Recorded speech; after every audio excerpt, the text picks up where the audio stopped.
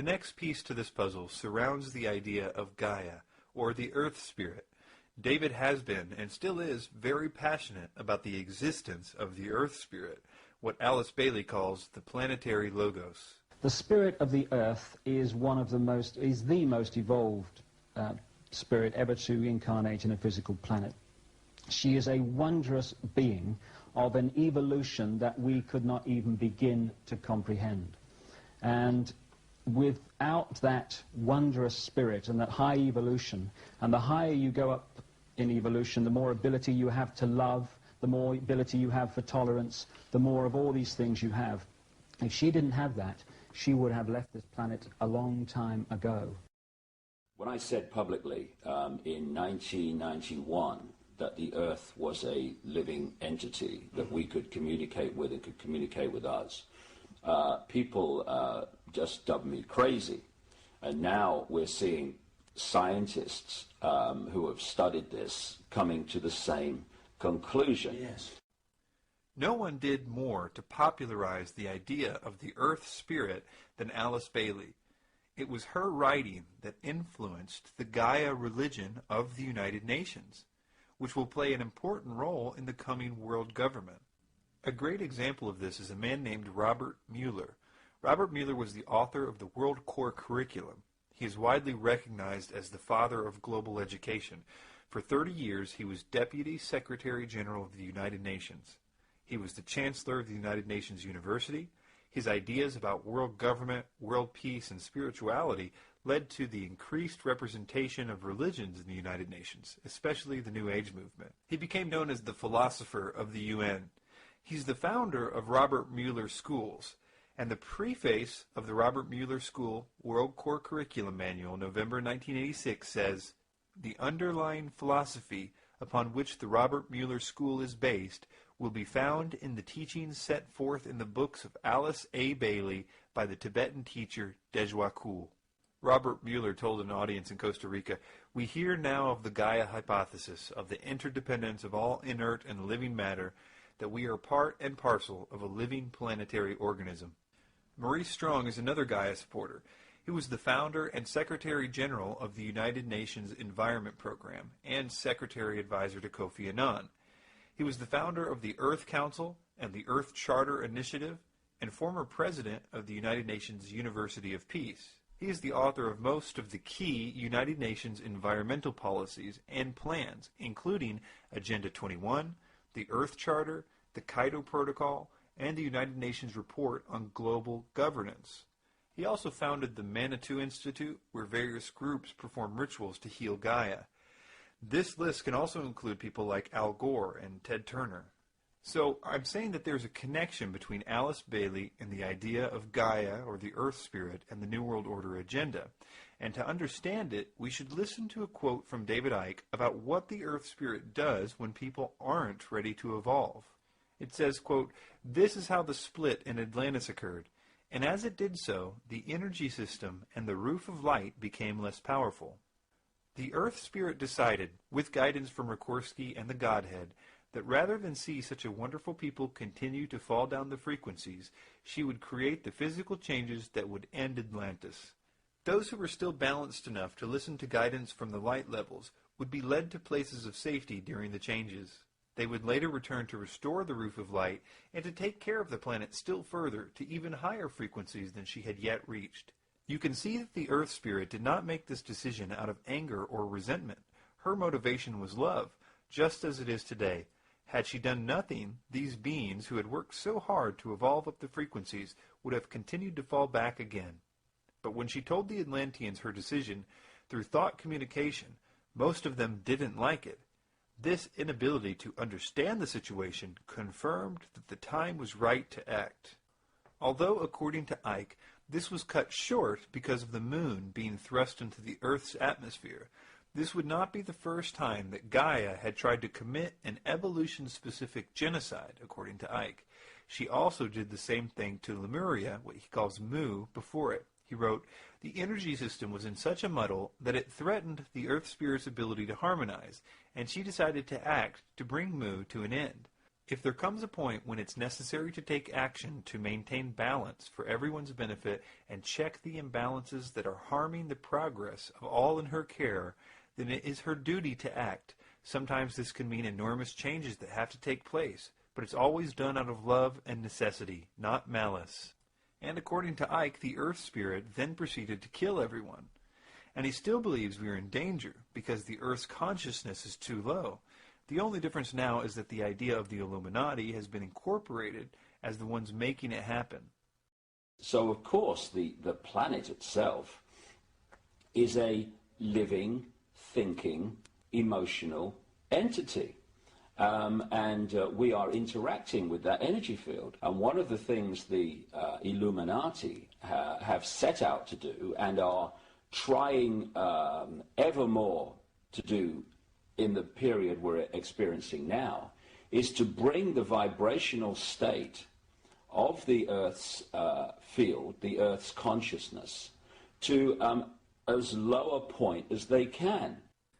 It's also important to understand that Icke's belief in Lemuria or Mu and Atlantis are derived entirely from theosophy, and he still very much believes in these today.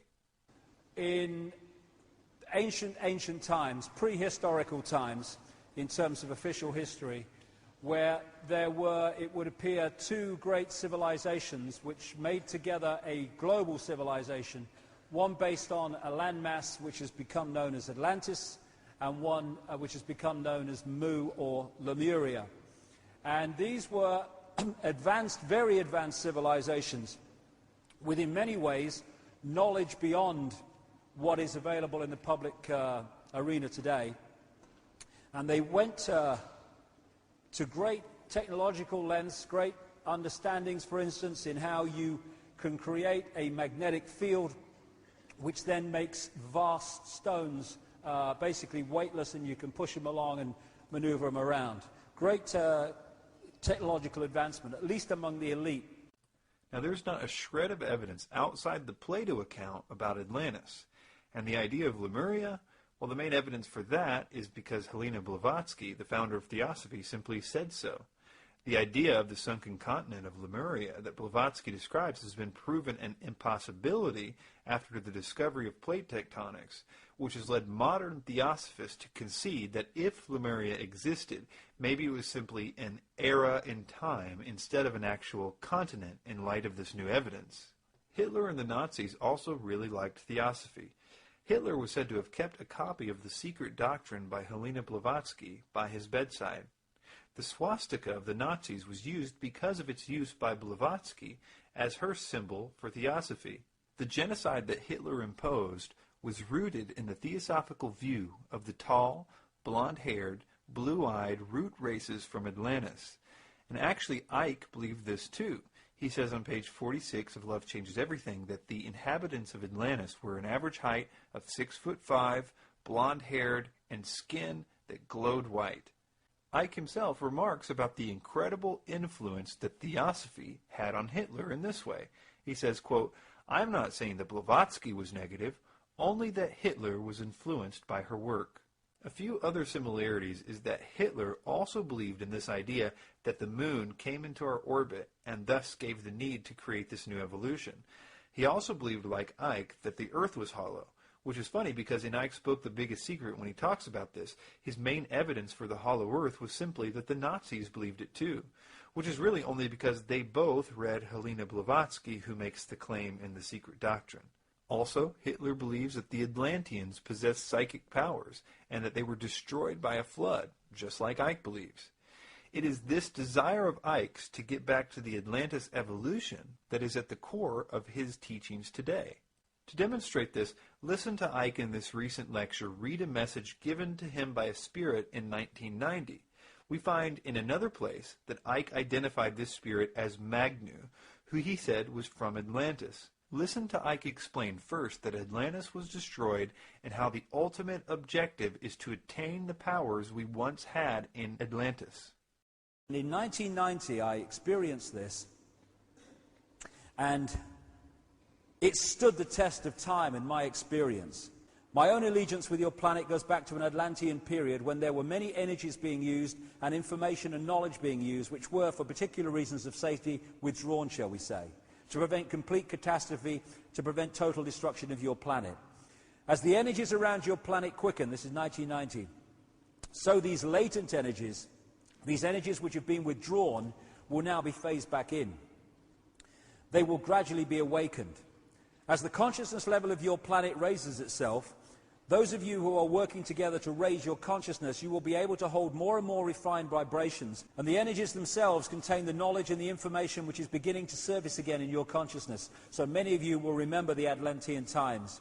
You will remember that you communicated with, say, dolphins and whales.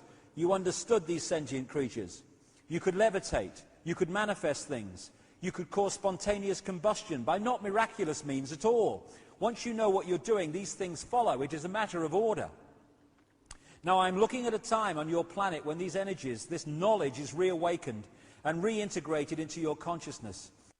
At the very least, we should all be warned that this philosophy has had negative consequences at least once before in history, because it's the same thing that Hitler wanted. The fifth root race of Blavatsky, which Hitler was trying to bring about, was known as the race of hope, and it was said that they would soon rise to the pinnacle of spirituality formerly attained by Atlantis, but that certain people were holding them back. And as we will see in the final section, Icke also holds to this very dark idea. This idea has always been planned to be used in the context of a one-world government.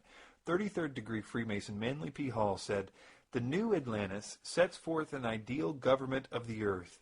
It foretells that day when in the midst of men there shall rise up a vast institution composed of the philosophic elect, an order of illumined men banded together for the purpose of investigating the laws of life and the mysteries of the universe. The age of boundaries is closing, and we are approaching a nobler era when nations shall be no more, when the lines of race and caste shall be wiped out, when the whole earth shall be under one order, one government, one administrative body." Another similarity is the contact with the so-called spiritual hierarchy.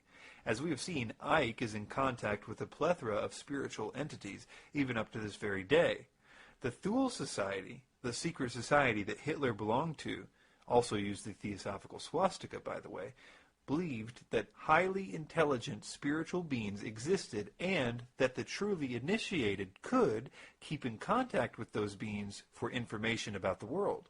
The occultist Dietrich Eckhart taught Hitler to get in contact with this spiritual hierarchy, and Hitler in fact believed he was in contact with this superior mythical race taught about by the Thule Society. Eckhart remarked on his deathbed, quote, "Follow Hitler, he will dance, but I am the one to blow the pipe. We have given him the means to put himself in communication with them," the T is capitalized.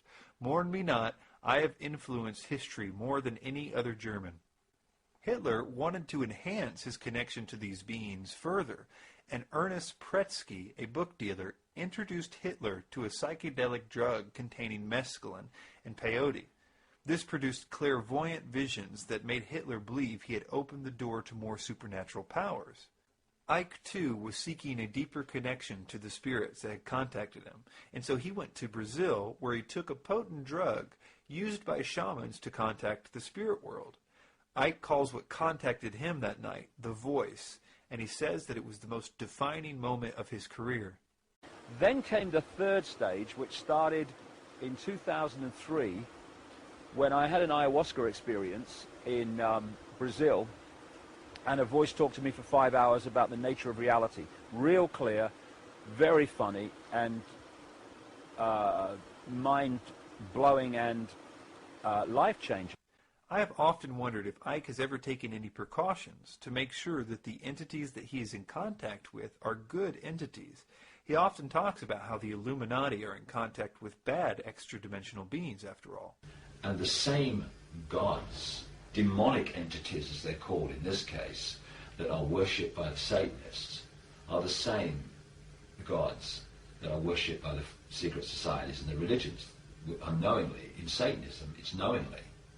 These reptilian entities seem to operate, and again, it's not just reptilian. There are many different kinds of entities that do not have a human form that operate just outside of human sight, and history has recorded them as demons and all this stuff. So I wonder if he had a system to discern whether the ones that he's talking to are the same ones that are influencing the Illuminati. You can imagine